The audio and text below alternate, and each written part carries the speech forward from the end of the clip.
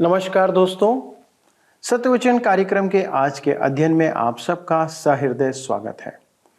नए दर्शकों को हम बताना चाहते हैं कि हम इस कार्यक्रम में परमेश्वर के वचन का क्रमबद्ध अध्ययन करते हैं ताकि जो कुछ परमेश्वर पवित्र शास्त्र के द्वारा हम मनुष्यों को प्रकट करना चाहता है उसे जाने और उसके अनुरूप व्यवहार करें और जीवन में परमेश्वर की उपस्थिति का अनुभव सदा करते रहें।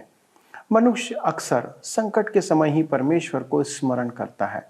यदि हम संकट के पहले ही परमेश्वर की बातों को जानें और उसके अनुसार व्यवहार करें तो जीवन में कई समस्याएं टल सकती हैं जो हमारी गलतियों के प्रतिफल के अनुसार या उसके कारण हमारे जीवन में आती है। परमेश्वर की दृष्टि में हमारी गलतियां क्या है, हम उन्हें कैसे जान सकते हैं? इसके लिए कोई छोटा रास्ता नहीं है। हमें प्रतिदिन परमेश्वर के वचन का अध्ययन करना होगा।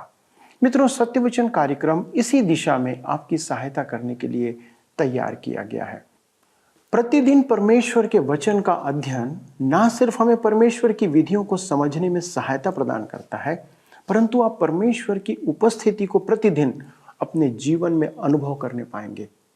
आप इस बाइबल अध्ययन को अपने परिवार के लिए प्रतिदिन का वचन के अध्ययन का समय बना सकते हैं। दोस्तों, समय निकालकर परिवार के साथ सारे सदस्य मिलकर एक बार इस कार्यक्रम में शामिल होने के बाद आप परमेश्वर की आशीषों को अपने जीवन में अनुभव करें।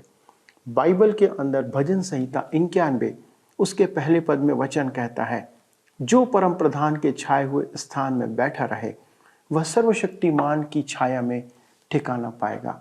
सर्वशक्तिमान की छाया एक सुखद अनुभव है जिसकी हम सबको आवश्यकता है। आइए इस अध्ययन के द्वारा हम जानें कि कैसे हम परमेश्वर की उपस्थिति में बने रह सकते हैं।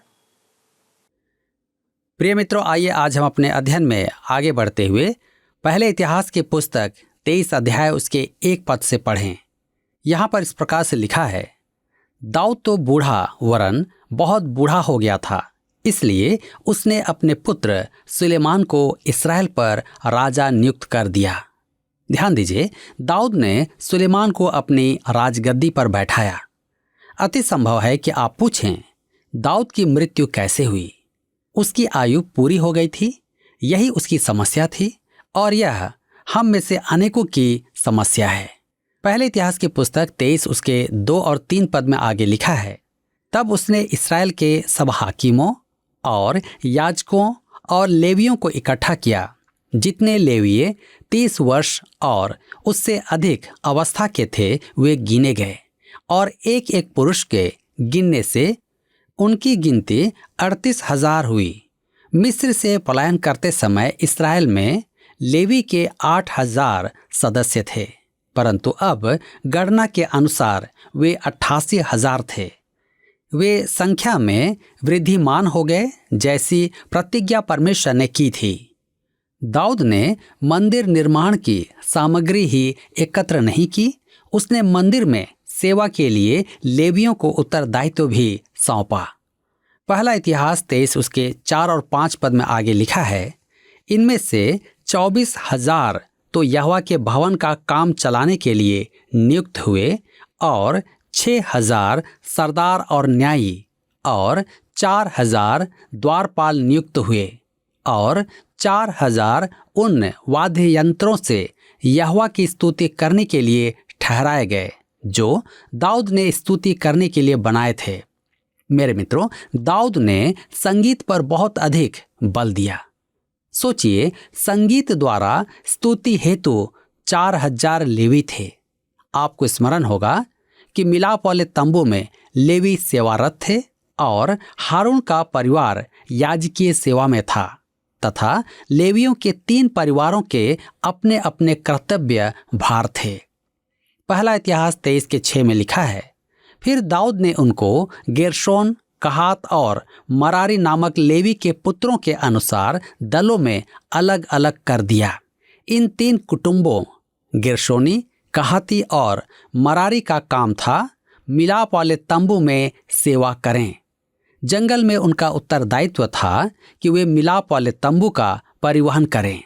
तंबू को लाना ले जाना उखाड़ना, लगाना उनका काम था। कहाती सामान उठाते थे। मरारी बोर्ड, डंडे और स्तंभ उठाते थे। गिनती की पुस्तक में हमने देखा था कि मिलाप वाले तंबू को सुबह उठाना और संध्या काल फिर से खड़ा करके उसमें आराधना करना एक परिश्रम का कार्य था। पहला इतिहास 23:26 में आगे लिखा है, और लेवियों को निवास और उसकी उपासना का सामान फिर उठाना ना पड़ेगा। अब लेवियों का मिलाप वाले तंबू के परिवहन का कार्य तो समाप्त हो गया था, परंतु अब उन्हें परमेश्वर की सेवा का नया उत्तरदायित्व दिया गया। मेरे मित्रों, यहाँ एक और बात है जो मेरे विचार में हमें सीखनी है। परमेश्वर ने अनेक महत्वपूर्ण मसीही संस्थान दिए हैं, परंतु अपनी सेवा पूरी कर लेने के पश्चात वे चलते ही रहना चाहते हैं। उनमें से कुछ तो लुप्त पक्षियों के समान मृतक हैं। वे किसी अच्छे उद्देश्य के निमित्त सेवारत नहीं हैं। परमेश्वर का एक काम समाप्त हो गया तो मेरे मित्रों, वह उसका त्याग कर देता है। अब कुछ नया काम करने का समय आ जाता है। परमेश्वर लेवियों से कहता है, अब जंगल में भटकने का समय समाप्त हो गया है, अतः तुम्हारी सेवा में परिवर्तन आएगा। मेरे मित्रों, हम परमेश्वर के साथ कदम मिलाकर चलें और एक जीवन तथा गतिशील कार्य करें। अब लेवियों के समान सेवा निश्चित की गई। जंगल में मिलाप वाले तंबू का सामान उठाकर चलने की सेवा समाप्त हुई और उन्हें नई सेवा दी गई। वाचा के संदूक से डंडे निकाल दिए गए, क्योंकि अब वह उठाया नहीं जाएगा।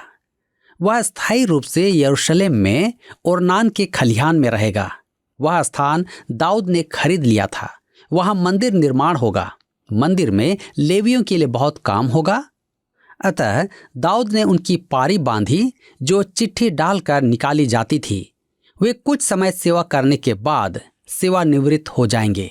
इस प्रकार दाऊद ने मंदिर की सेवा की व्यवस्था की। मित्रों, इसी के साथ अध्याय 23 समाप्त होता है। अब हम अध्याय 24 में आते हैं, जिसमें हम देखेंगे हारून के पुत्रों का दलों में विभाजन। अध्याय 24 में दाऊद हारून के वंशजों को अलग अलग वर्ग में विभाजित करके मंदिर की सेवा का उत्तरदायित्व सौंपता है। पहला इतिहास 24 अध्याय उसके 1 और 2 पद में लिखा है, फिर हारून की संतान के दल ये थे। हारून के पुत्र नादाब, अबीहू, एलियाजर और इतामार थे। परंतु नादाब और अबीहू अपने पिता के सामने पुत्रहीन मर गए। इसलिए याजक का काम एलियाजर और इतामार करते थे। हारून के पुत्र याजक थे और हमें जंगलवास के समय की घटना स्मरण आती है। लय व्यवस्था के अध्याय 10 में नादाब और अबीहू के पाप का उल्लेख है, जिसके कारण उनकी मृत्यु हुई। पहला इतिहास 24 अध्याय के 3 पद में लिखा है, दाऊद ने एलियाजार के वंश के सादोक और इतामार के वंश के अहीमेलेक की सहायता से उनको अपनी अपनी सेवा के अनुसार दल दल करके बांट दिया।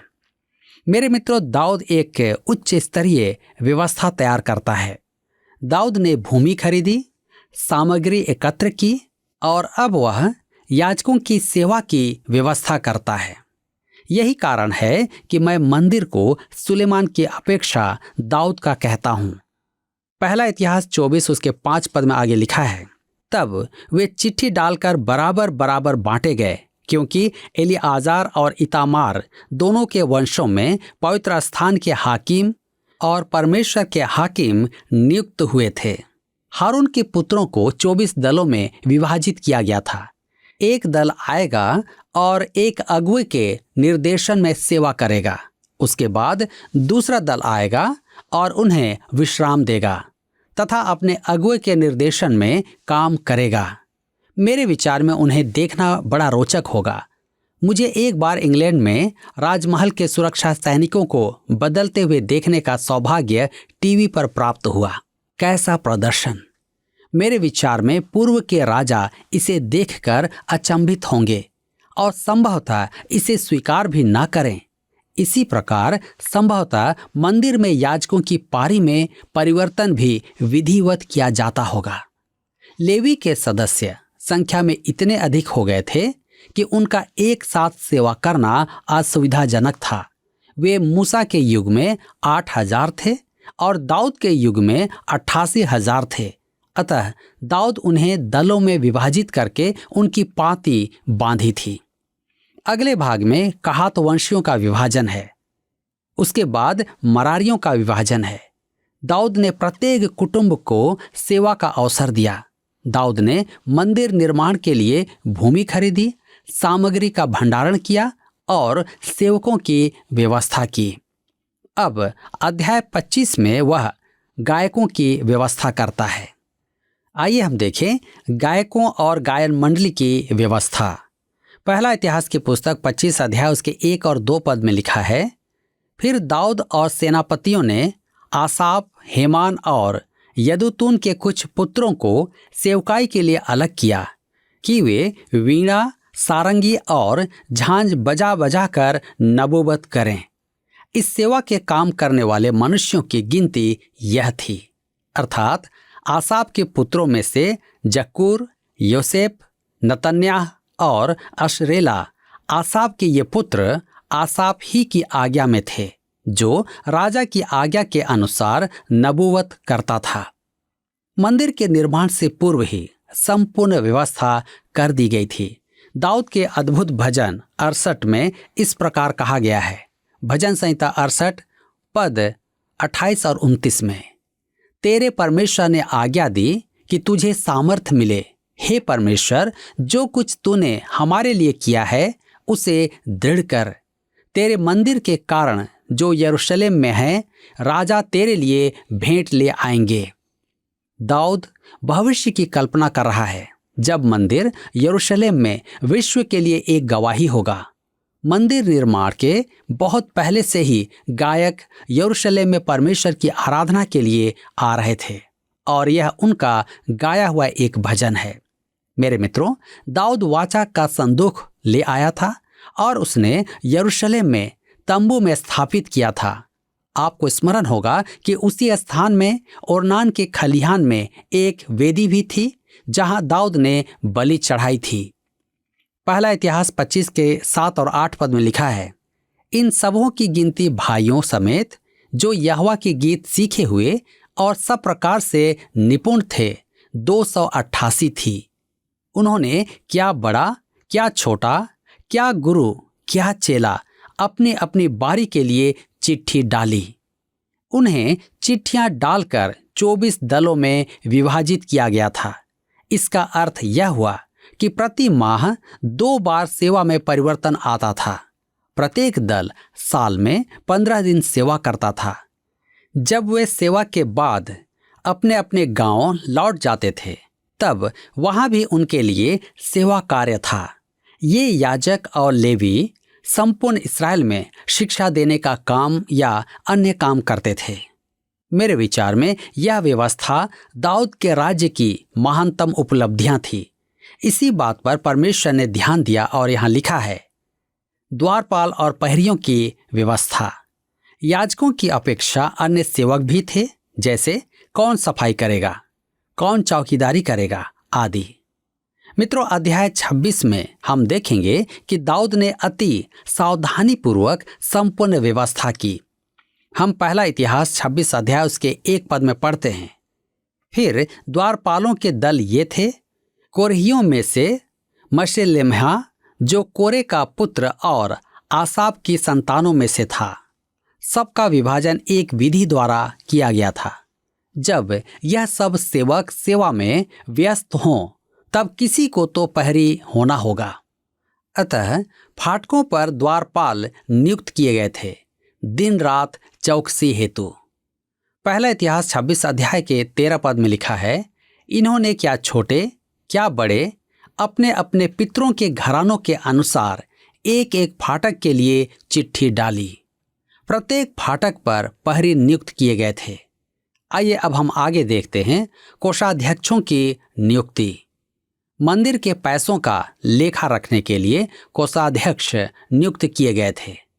पहला इतिहास 26 अध्याय के 20 पद में लिखा है, फिर लेवियों में से अहिल्याह परमेश्वर के भवन और पवित्र की हुई वस्तुओं दोनों के भंडारों का अधिकारी नियुक्त हुआ। कोषाध्यक्षों का उत्तरदायित्व था कि वे बढ़ती हुई समर्पित वस्तुओं का लेखा रखें। पहला इतिहास 26 के 26 से 28 पद तक लिखा है, यही शलोमोत अपने भाइयों समेत उन सब पवित्र की हुई वस्तुओं के भंडारों का अधिकारी था जो राजा दाऊद और पितरों के घरानों के मुख्य मुख्य पुरुषों और सहस्त्रपतियों और शतपतियों और मुख्य सेनापतियों ने पवित्र की थी, जो लूट लड़ाइयों में मिलती थी। उसमें से उन्होंने यहोवा का भवन दृढ़ करने के लिए कुछ पवित्र किया, वरन जितना शमूएल दर्शी, कीश के पुत्र शाऊल, नेर के पुत्र अबनेर और सरूयाह के पुत्र योआब ने पवित्र किया था, और जो कुछ जिस किसी ने पवित्र कर रखा था वह सब शलोमोत और उसके भाइयों के अधिकार में था। अब हम देखते हैं पदाधिकारी एवं न्यायी। मेरे मित्रों, लेवियों को न्याय करने का अधिकार दिया गया। उन्हें अनेक रूप में शासकीय उत्तरदायित्व निभाने थे। परमेश्वर का मूल उद्देश्य था कि इस्राएल परमेश्वर द्वारा शासित प्रदेश हो, उसके साथ शासन करना और समाज के मध्य वाचा का संदूक हो तथा याजक परमेश्वर से सीधा निर्देशन प्राप्त करें। लेवियों द्वारा उत्तरदायित्वों में चूक के कारण व्यवस्था में परिवर्तन आया।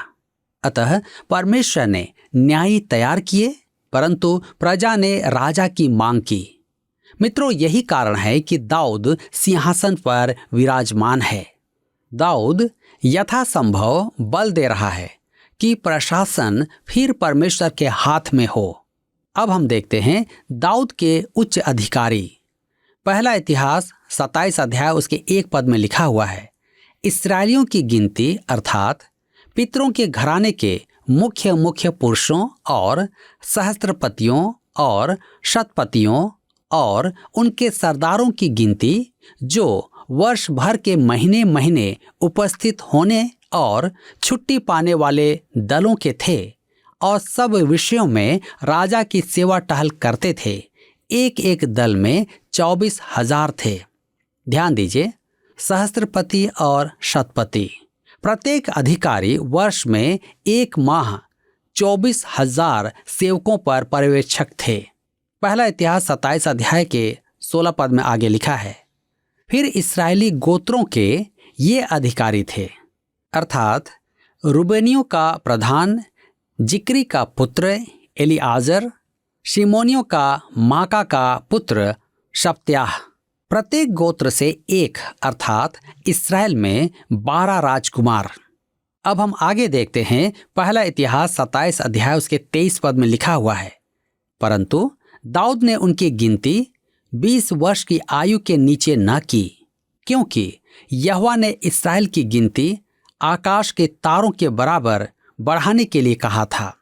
ध्यान दीजिए, दाऊद ने जब जनगणना करवाई थी तब उसे परमेश्वर पर भरोसा नहीं था, यह उसका अविश्वास था। परमेश्वर ने उससे कहा था, मुझ पर भरोसा रख, मैं तेरी सेना के लिए योद्धाओं का प्रबंध करूंगा। अब दाऊद जनगणना नहीं करवाएगा, अब वह परमेश्वर पर निर्भर रहेगा। मित्रों, अध्याय 27 राजा दाऊद के वैयक्तिक संपदा के अधिकारियों की सूची के साथ अंत होता है। अब हम देखते हैं दाऊद का अंतिम संदेश। पहला इतिहास के अंतिम 2 अध्यायों में दाऊद इस्राएल के सब अगुओं को एकत्र करता है। यह एक महान सभा थी और अंतिम भी, क्योंकि वह अपने अंतिम समय में पहुंच गया था। उसके पास इस्राएल के लिए एक संदेश था, सुलेमान के लिए एक संदेश था और संपूर्ण राष्ट्र सुनेगा। यह दाऊद का बुद्धिमानी का काम था। पहला इतिहास 28 अध्याय के 1 पद में लिखा है, दाऊद ने इस्राएल के सब हाकिमों को, अर्थात गोत्रों के हाकिमों और राजा की सेवा टहल करने वाले दलों के हाकिमों को और सहस्त्रपतियों और शतपतियों और राजा और उसके पुत्रों के पशु आदि सब धन संपत्ति के अधिकारियों, सरदारों और वीरों और सब शूरवीरों को यरूशलेम में बुलवाया। राष्ट्र की अगुवाई के उत्तरदायी कुछ पुरुष थे। पहला इतिहास 28:2 में लिखा है, तब दाऊद राजा खड़ा होकर कहने लगा, हे मेरे भाइयों और हे मेरी प्रजा के लोगों, मेरी सुनो। मेरी इच्छा तो थी कि यहोवा की वाचा के संदूक के लिए और हम लोगों के परमेश्वर के चरणों की पीढ़ी के लिए विश्राम का एक भवन बनाऊं, और मैंने उसके बनाने की तैयारी की थी। ध्यान दीजिए, अपनी वृद्धावस्था के उपरांत भी वह राष्ट्र को दिए जाने वाले अपने वरन महत्वपूर्ण संदेश के लिए खड़ा हो जाता है। पहला इतिहास 28:3 में लिखा है, परंतु परमेश्वर ने मुझसे कहा, तू मेरे नाम का भवन बनाने ना पाएगा, क्योंकि तू युद्ध करने वाला है और तूने लहू बहाया है। दाऊद प्रजा के समक्ष स्पष्ट अंगीकार करने से नहीं चूका। वह उन्हें बताता है कि परमेश्वर ने उसे मंदिर बनाने की अनुमति नहीं दी, क्योंकि वह रक्त रंजित मनुष्य था। पहला इतिहास 28:5 में आगे लिखा है, मेरे सब पुत्रों में से यहोवा ने तो मुझे बहुत पुत्र दिए हैं। उसने मेरे पुत्र सुलेमान को चुन लिया है कि वह इस्राएल के ऊपर यहोवा के राज्य की गद्दी पर विराजे। दाऊद प्रजा को स्पष्ट बताता है कि परमेश्वर ने सुलेमान को चुनकर नियुक्त किया। वह सुलेमान का उत्तरदायित्व परमेश्वर को सौंप देता है। इससे प्रतीत होता है कि सुलेमान दाऊद का नहीं, परमेश्वर का चुनाव था। यह क्या ही अद्भुत बात है। पिछले प्रश्न का उत्तर है सी, यीशु मसीह। पहला इतिहास 22:10 में परमेश्वर ने यीशु मसीह के संदर्भ में प्रतिज्ञा किया था कि वह मेरा पुत्र ठहरेगा जो मेरे नाम का भवन बनवाएगा। आज का प्रश्न है, लेवी के पुत्र गेशेनी, कहाती और मरारी को मंदिर में किस स्थान में सेवा करने की जिम्मेदारी दी गई थी? ए, पवित्र स्थान, बी, मिलाप वाले तंबू, सी, परम पवित्र स्थान, डी, बाहर के ओसारे। मित्रों, इस प्रश्न का उत्तर हमें कल सुबह 6 बजे से पहले विकल्प ए, बी, सी या डी के साथ अपना नाम, पता, स्थान के साथ 9651433397 पर SMS या व्हाट्सएप करें। सभी विजेताओं को विशेष पुरस्कार प्रदान किए जाएंगे। धन्यवाद। क्या आपको यह कार्यक्रम पसंद आया? अभी हमें एक मिस कॉल करें और आप अगले विजेता हो सकते हैं।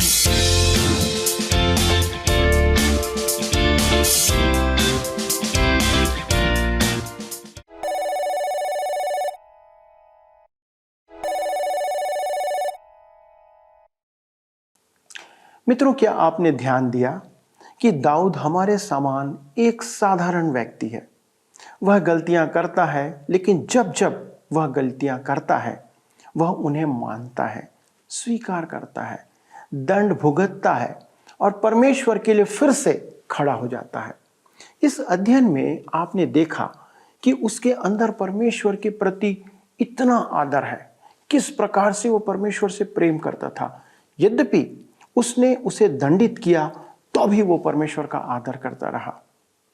हमारी समस्या यह है कि हम अपनी गलतियों के प्रति चौकस नहीं रहते हैं और सजा प्राप्त करना भी नहीं चाहते हैं। याद रखें, परमेश्वर न्यायी परमेश्वर है और धर्मी परमेश्वर है। दाऊद सीधे मन से लोगों के सामने स्वीकार करता है कि बहुत खून बहाने के कारण वह परमेश्वर के मंदिर का निर्माण नहीं कर सकता है, लेकिन परमेश्वर के प्रति अपने आदर को इस रीति से प्रकट करता है कि उसने परमेश्वर के मंदिर का निर्माण करने के लिए सारा प्रबंध किया, सब कुछ जुटा दिया। दोस्तों, हम कार्यक्रम के लिए अक्सर सेवकों और गायकों का दल भी सब कुछ तय करने के बाद करते हैं, लेकिन उसने उस मंदिर के लिए जिसे वह देख नहीं पाया, उसके लिए उसने सब कुछ, पूरा इंतजाम अपने जीवन के समाप्त होने के पहले कर दिया। इसलिए सारी गलतियों के बाद भी दाऊद परमेश्वर के मन का व्यक्ति था मित्रों, क्योंकि वह किसी पराये ईश्वर की ओर कभी नहीं फिरा। परमेश्वर हमारे जीवन में भी ऐसा ही हृदय देखना चाहता है। क्या आप उसे अपना ऐसा हृदय देना चाहेंगे? दोस्तों, ये हमारे लिए एक अवसर है कि हम आज से परमेश्वर के प्रति ऐसे ही समर्पण का जीवन जिए। यदि आप आज अपना जीवन इसी रीति से समर्पित करना चाहते हैं तो आइए हम मिलकर प्रार्थना करें। हमारे स्वर्गीय पिता, प्रभु, हम धन्यवाद देते हैं ऐसे आदर्श जीवन के लिए जो प्रभु आपके बहुत से भक्तों ने जिया, जो आज भी जिनकी कहानी, जिनका जीवन हमारे लिए आज भी एक ऐसा आदर्श है कि हम उससे सीख सकते हैं। प्रभु, हम दाऊद के जीवन के लिए धन्यवाद देते, जिसके द्वारा से आपने हमें यह शिक्षा दिया कि हम यदि गलती करते हैं तो हमें पश्चाताप करके वापस आपके तरफ आना है, आपसे पूरे मन से प्रेम करना है, और जिस कार्य को करने के लिए हमने हृदय में और मन में ठाना है प्रभु, उसे हमें किसी न किसी रीति से पूरी करने के लिए प्रयत्न करना है।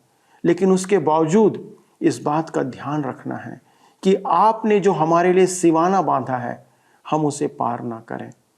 पिता, धन्यवाद देते हैं हमारे दर्शकों के लिए, प्रभु, इनके जीवन के लिए, कि प्रभु आपने इन्हें इस प्रकार की आत्मा दिया कि वे आज अपने जीवन को समर्पित कर रहे हैं, एक समर्पण ले रहे हैं प्रभु जी, एक प्रतिज्ञा कर रहे हैं कि वे एक ऐसा जीवन जिएंगे जो आपको महिमा देगा, जो आपके नाम को आदर देगा, और वो सारे काम पूरा करके इस संसार से कूच करना चाहते हैं। प्रभु, इनकी सहायता करें। हमारी प्रार्थना है प्रभु, इनके परिवारों में अपनी खुशी, अपनी आशीष और अपनी उपस्थिति को प्रभु आप प्रदान करें, ताकि आपके अनुग्रह में इनका जीवन बढ़ता चला जाए। आदर और महिमा आपको देते पिता, विनती यीशु के नाम से मांगते हैं, आमीन। दोस्तों, यदि आज का कार्यक्रम आपको अच्छा लगा तो कृपया आप हमें एक मिस कॉल करें 0444-908-1246 पर। और यदि आप हमसे बात करना चाहते हैं और अपनी गवाही हमारे साथ बांटना चाहते हैं तो कृपया हमारे दिए गए नंबर पर आप हमसे संपर्क करें, फ़ोन, SMS या पत्र के द्वारा। प्रभु आपको अनेक आशीषों से परिपूर्ण करें। धन्यवाद।